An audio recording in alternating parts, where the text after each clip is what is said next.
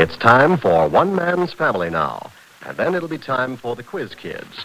A full hour of entertainment. One Man's Family, then the Quiz Kids. One Man's Family, brought to you by Miles Laboratories, makers of Alka-Seltzer and many other fine pharmaceutical products for nearly 3/4 of a century.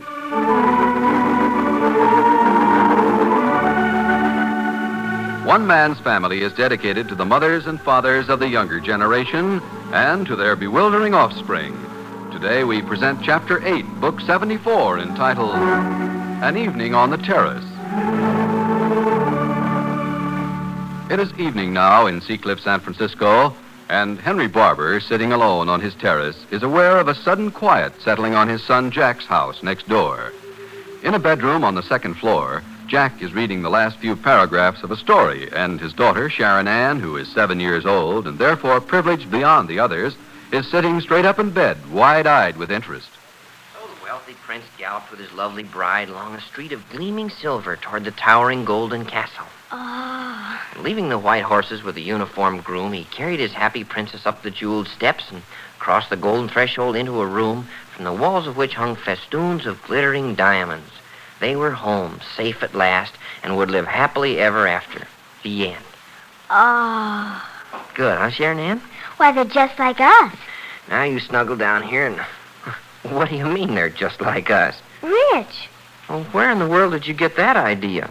Daddy, isn't Judge Hunter paying you lots of extra money? Huh? Who told you that? You got a great big raise at the office, so now we're wealthy. Honey, look.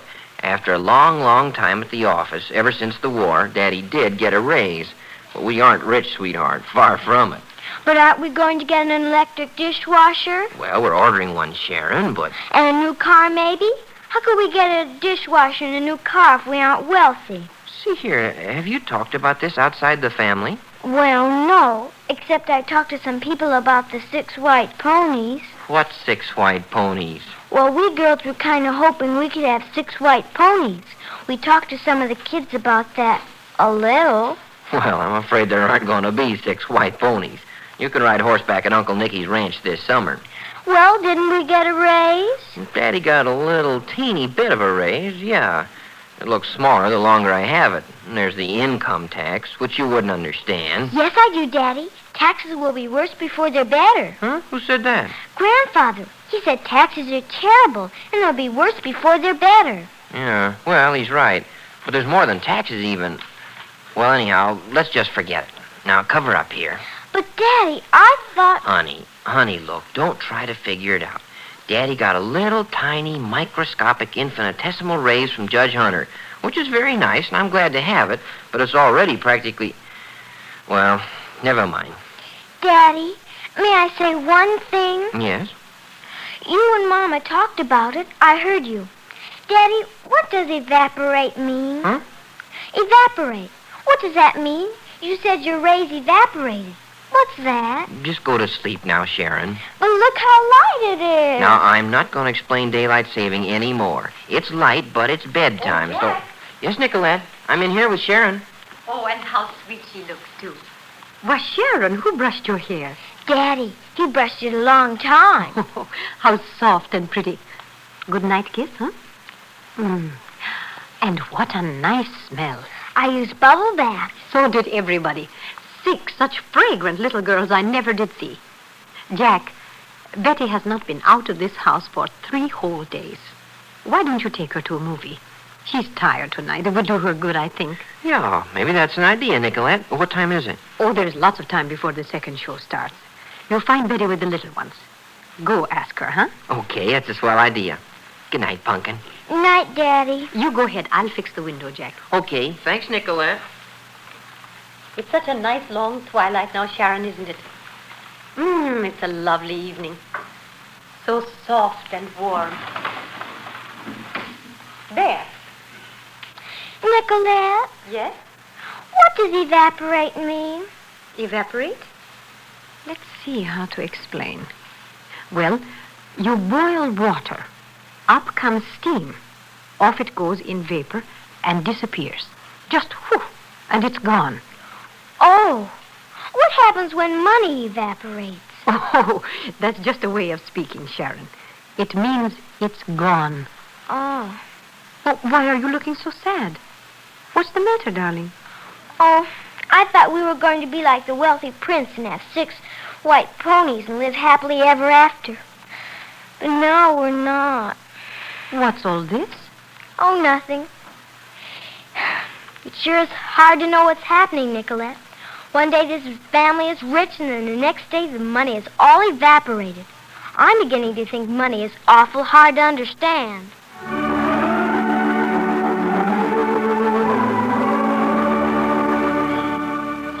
Friends, today the Miles Laboratories, makers of Alka-Seltzer and Tabson, are proud to introduce a new and wonderful product. Its name, Bactine, Bactine, a really remarkable new family antiseptic. Yes, after 4 years of intensive scientific research, this wonderful product is now available to you. Bactine is a powerful yet gentle family antiseptic and household germicide, and it's like nothing you've ever used before. Bactine has many, many uses. It gives you in one bottle an antiseptic, bactericide, cleanser deodorant, and fungicide. You'll be hearing and reading about Bactine because it is a really important discovery in medical science. Bactine has been commended by the Consumer Service Bureau of Parents Magazine, and we want you to try Bactine. Miles makes it possible for you to become acquainted with Bactine by making this special trial offer for a limited time only. They will send you a regular full 30-cent bottle of Bactine for only 10 cents. Send your dime to Miles Laboratories, Department 1, Elkhart, Indiana, and you will receive this liberal trial bottle of Bactine. We know what an amazing product this is and want you to know it too. So send for your trial bottle of Bactine today. That's 10 cents to Miles Laboratories, Department 1, Elkhart, Indiana. Send for your trial bottle of Bactine today.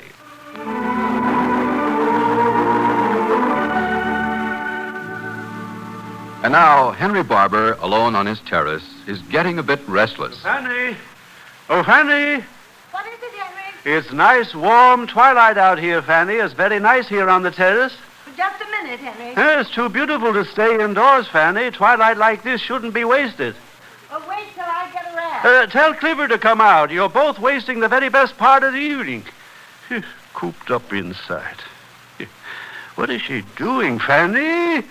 You're going to miss this light on the flowers. You're going to miss it. Yes, Henry, I see it. 30 minutes is your absolute limit, isn't it? Huh? I timed you. Time me? Time me what?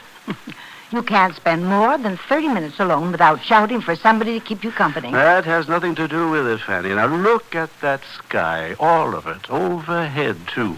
You want to miss that? The light lingering long after the sun is down. A kind of memory of the day, eh, Fanny? Oh, Clifford, come and see the twilight. Can just anybody come, Dad? Huh? Oh, here's Claudia and Nicholas. Good evening, Mother Barber. Father Barber, good evening, sir. Yes. Oh, it's so beautiful. We just couldn't stay at home.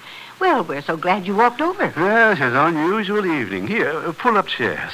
Shameful to be indoors. I could walk for hours. This is just our first stop, Dad. Did I hear the lilting voice of my very own twin? Hi, Nicky. Hello. Clifford, old boy, how's the golf? Oh, I give all I've got, and I just barely break 100 on a good day. Hi, Claude. Cliff, pull a chair around here. I bet you. Hey, you look kind of pretty tonight. Where'd that dress come from? Nicky brought it back yesterday when he went up to Sky Ranch. I saw it in a little shop in Woodside. It seemed to have Claudia's name on it. It said Claudia Barber Lacey. Spoke right up. Yelled at you through a plate glass window, huh? It did, rather. Looked just like the things she wears. Furthermore, it was a perfect fit. It's a very sweet dress, Claudia. Thank you, Mom. Yes. Thank you, one and all. How are things at the Sky Ranch, Nicky? How's old Ben? Oh, well enough, Clifford. Ben wanders through the empty rooms waiting for us all to get there. Oh, goodness, look at the light on your flowers, Dad. Just look at that garden. I keep telling people they miss the best part of the evening when they sit indoors. Golden and red and pink, and those deep, deep purples. Oh, Dad, you are a gardener. And isn't it hushed and quiet now? We saw Andy and the neighborhood youngsters on the way over, Cliff.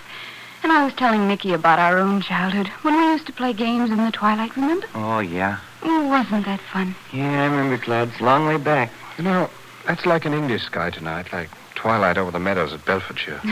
You detect a note of wistfulness, Cliff? England always begins to entice him again when he's been home in San Francisco for a little while. Oh, nonsense, Claudia. I don't think Nicholas is ever homesick for England. Hey, where's Joan? Oh, she had a theme to write, and there's always something about a notebook. I don't remember that we were forever making notebooks in high school. Do you, Cliff? Something hung over us. Maybe it was notebooks. It was Latin, if I remember correctly. I can remember one time Cliff had said dead languages were never deader than when he got to them. Very witty, witty. I came, I saw, I was defeated. Well, I got through school, though. Got a diploma in my hot little hand. Yes, sir, I finished. Better than I did at golf this morning. Played 9 holes, and I was so bad I just called it a day and came home. Yes, Claudia, what have you done about Joan and that painter fellow? Creighton, what about him? Henry, they'll tell us about that when they're ready to. You're prying. I'm not prying, Fanny. Of course not, Dad. Oh, I'm curious, that's all. Is Joan enamored of the fellow? Nobody tells me. She runs off one evening to visit a painter in his Telegraph Hill studio, and that's the last I hear of. It's getting so nobody tells me anything, Fanny. But, Dad, she came quite safely home. You knew that. Yes, but Hazel remarked a day or so ago, Hazel was telling me that you and Nicholas were actually thinking of engaging this man to paint Joan's portrait. Why, I couldn't credit my ears, Claudia. We were going to, Dad, if that was what Joan really wanted. But it worked itself out, Father Barber. She's lost interest in the chap. Oh, yes, quite. Doesn't even care to have us refer to the incident. So? Yes. We don't know just what happened, Dad, except that Joe Creighton must have, well, he hurt Joan's pride, I guess.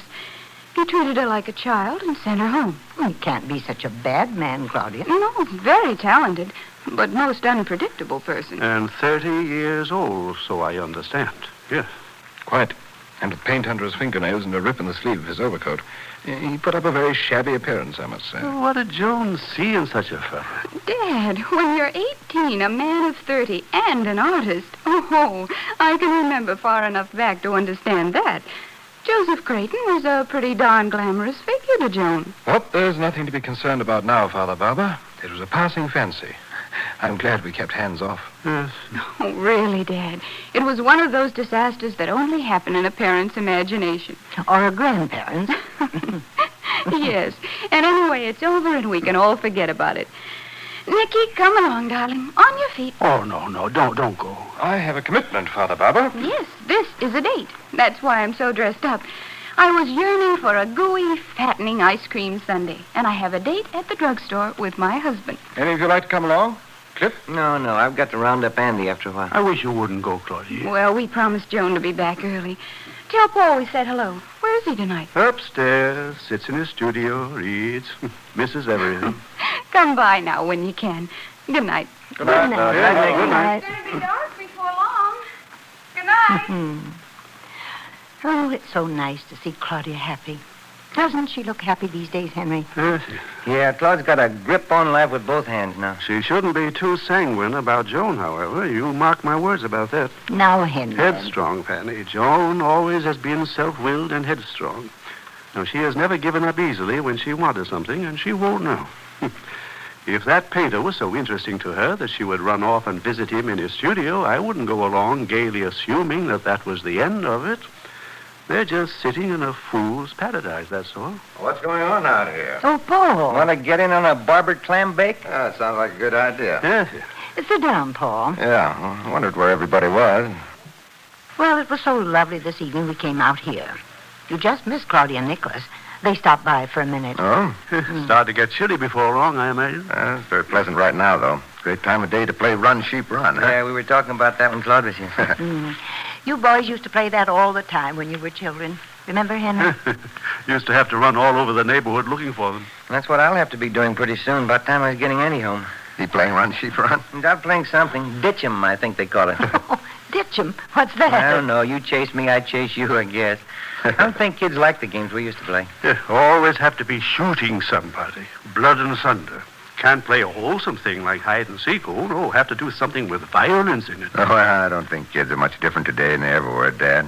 They might have new heroes and new idols, but basically the kids are just the same. Sure, they're good ones and bad ones. Always have been. That may be true, but we didn't have these vicious wolf packs, rat packs running around wildly in automobiles and beating and maiming innocent people when I was a boy. We wouldn't have stood for such a thing. Oh, you're always talking about how much better things were when you were young.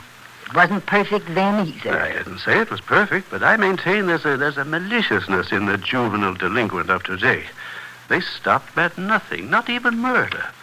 Well, almost daily you see pictures in the paper of these youths handcuffed together, cigarettes dangling from their mouths and a smirk on their dissolute faces, completely without consciences. They're evil and vicious, yes, but in most cases the pattern of their lives was set by their parents, Dad. Yeah, most of them had 2 strikes on them from the beginning. Yes, broken homes, easy divorce.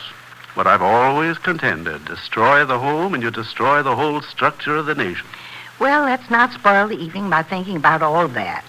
Why can't we talk about all the good things we have to be thankful for? Well, there are millions of children like Andy who's playing out there someplace happy as a lark. Oh, you said it, Mom. Cliff Barber's kid, the model for young America. Well, Andy's a pretty good illustration of what we've been talking about. Andy? Yeah, Mom says he's a happy boy now, but there was a time when he wasn't. He was on the way to being a mixed-up, lonely lad, searching desperately for a father and for love.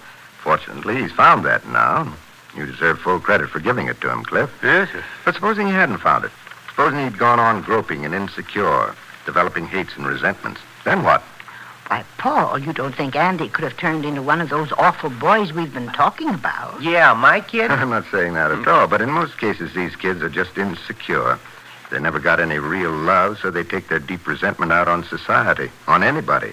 Then we have to lock them up as criminals. Well, you certainly wouldn't want them running around loose so they could repeat their crimes, would you? Or perhaps the answer lies in spending money on them earlier. Forestall the delinquency instead of spending it on institutions and prisons after they're already lost. Sure, spend some of that dough educating parents. Took me long enough to get wise to myself about Andy. Well, let me tell you about my kids now. Oh, hi, Jack. Oh, Jack, we didn't hear you. Yeah, I stepped outside over home and heard voices out here, so I thought I'd come over and see what the big conference was all about. Yeah, sit down, my boy. Well, all right, Jack. Sit down. I'm going right back. Betty and I are going to the movies. She's changing her dress. Well, you got lots of time then, Sonny. You're not kidding. Well, if you had 6 children settle into bed, you'd find it isn't so simple, Clifford. Don't tell me anything about the house across the hedge. I'm their official babysitter when Nicolette's not around. Is that right, Jack? Sure are. Darn good one, too. Won't need you tonight, though. Well, Nicolette's there, and she's practically ordered us to go out. Anybody want to go with us to the movies? Sure got a lot of takers. I'm buying the tickets for anybody who come along. I'm fat, you know. Well, don't let that raise you got go to your head, Jack. Hey, better put that extra money aside for an emergency. Oh, the emergencies have been popping up right and left ever since I got the raise, Dad. We've ordered an emergency electric dishwasher. Thinking about a new car, that's an emergency. Betty needs some emergency clothes, and let's see, there's a couple of other emergencies that have slipped my mind. But the offer for the movie still stands. How about it, Cliff? No, I'm too comfortable right here on the old homestead, thank you. Afraid you and Betty are going to have to go alone, Jack. It'll be a lot more fun. You can hold hands. And don't think we don't. Good. And I hope you never stop. Yeah. Well, I guess I better get back across the old hedge and hurry Betty up. Want to get in on the start of the second show. Jack! Huh? There's Nicolette. Yeah? Betty's almost ready. Okay, be right over.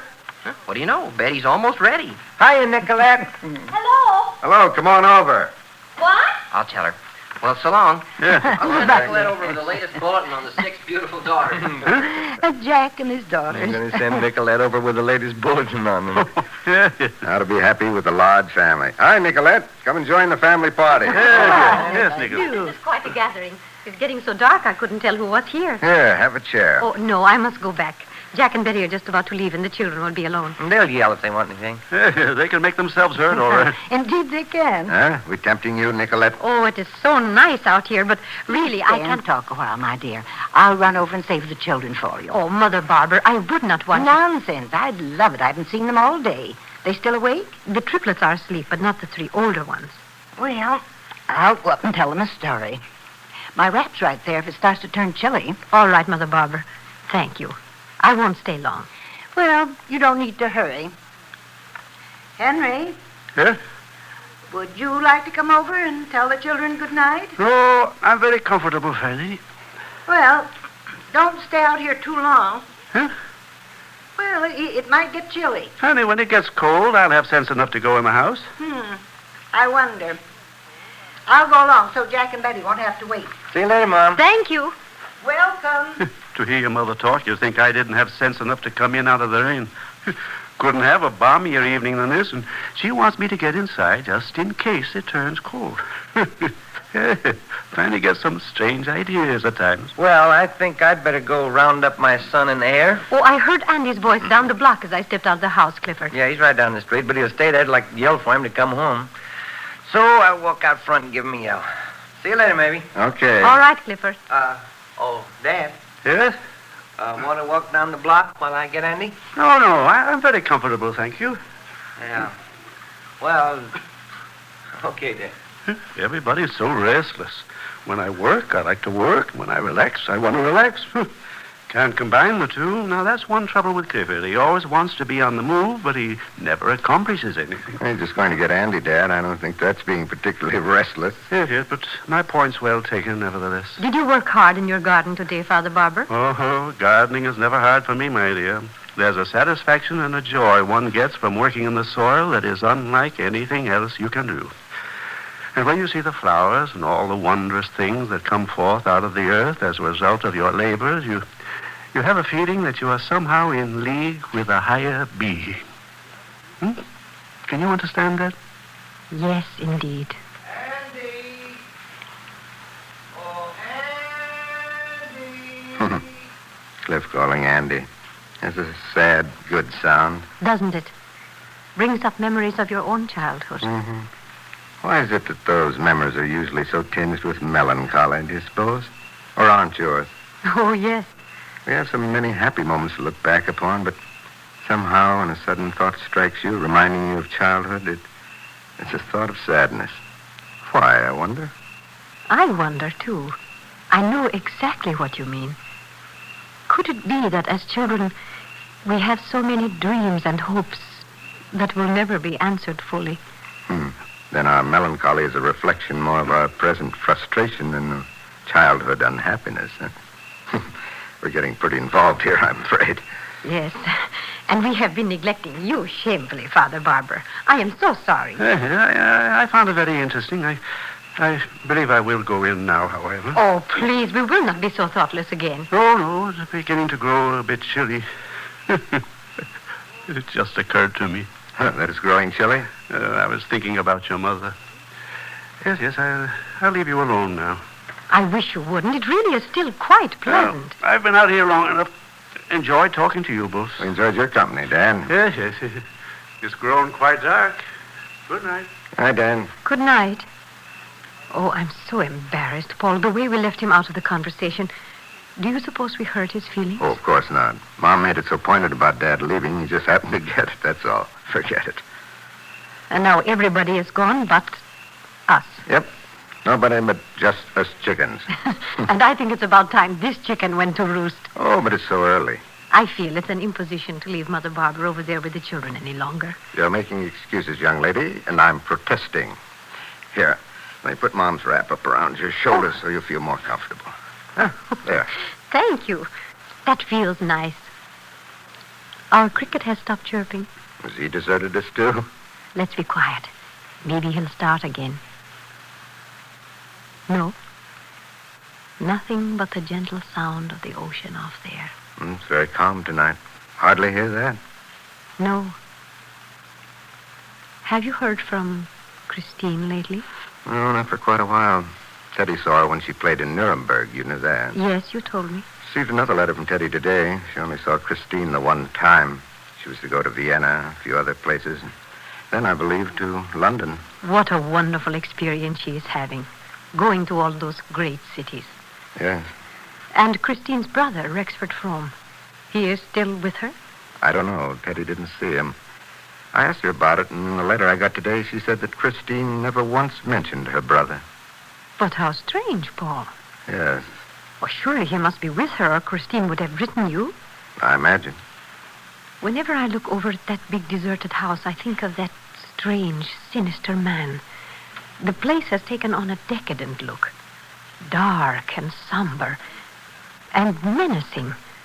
At night, it seems to be standing there, lowering. Yes. It's a monument to something that once lived and was beautiful and died. A monument without an epitaph, Nicolette. It's better there should be none. What inscription is there for a shattered memory?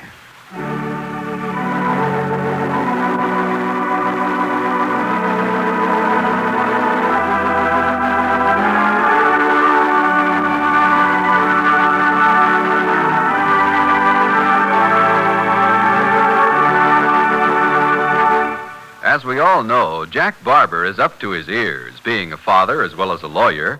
Whenever he finds anything to make life safer for his 6 beautiful daughters, he becomes positively breathless. Hi, listen to this. Oh, Jack. Hey, where's the fire? Oh, Hazel, Cliff, where's Mom? She's upstairs. What's eating you? Yes, Jack. Anything wrong over at your place? On the contrary, I'm about to make to this family the most sensational revelation of the generation. No kidding. You say Mom's upstairs? Got a sensation, he says. Well, my goodness, don't keep us in suspense. What is it? This time I am one up on this family. You know how set up what Mom was when she found out about Tabson? Well, today I discovered Bactine. Oh, you mean... Bactine? What is it? Just the most amazing antiseptic discovery of our age, that's all. Made by Miles Laboratories, the same people who put out Tabson and Alka-Seltzer. Here, just read this. Let's see. Bactine, startling new family antiseptic and household germicide. First aid for household injuries. Cuts, wounds, burns, scratches, heat rash, athlete's foot, sunburn, insect bites, poison ivy. A disinfectant for the sick room, so effective it can even be used to disinfect surgical instruments. Well, this is a discovery, Jack. You bet. And don't forget, I discovered Bactine for this family. Just wait till I spring this on Mom. It's sensational. It is sensational, Jack. Bactine, the new family antiseptic, is really remarkable. Never before have you heard of a product like this. Bactine is an antiseptic, bactericide, fungicide, and cleanser deodorant all in one bottle. You'll be reading about Bactine. You'll be hearing folks talking about Bactine. We who have tried Bactine are more than enthusiastic about it, and we want you to try it too. That's why we're making this special trial offer. Send 10 cents to Miles Laboratories, Department 1, Elkhart, Indiana, and they will send you a regular full 30-cent bottle of Bactine.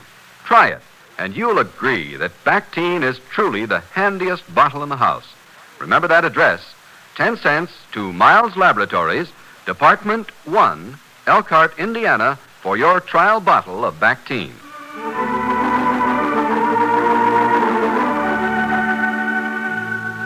You've just heard Chapter 8, Book 74 of One Man's Family, written and produced under the direction of Carlton E. Morse for Miles Laboratories, makers of Alka-Seltzer and many other fine pharmaceutical products for nearly 3/4 of a century. Chapter 9, entitled Jack Overwhelms Betty, will come to you next week at this same time.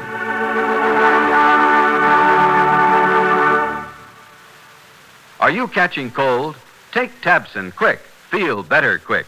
Tabcin, Tabson, the new improved antihistaminic tablet for cold and hay fever symptoms. Tabson relieves sniffles and sneezes. Tabson helps relieve the aches and pains of a cold. Tabson acts to reduce the fever of a cold. Yes, for more complete relief from your cold symptoms, take Tabson quick. Feel better quick. Tabcin, Tabson, the bright red tablets in the bright red package at all drugstores.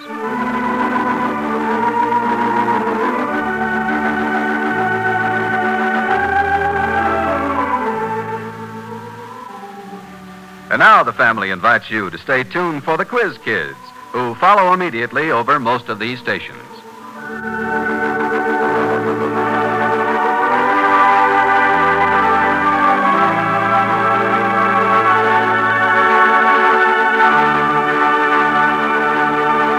One Man's Family comes to you from California. Today, stay tuned for Mystery, The Big Guy and the Falcon on NBC.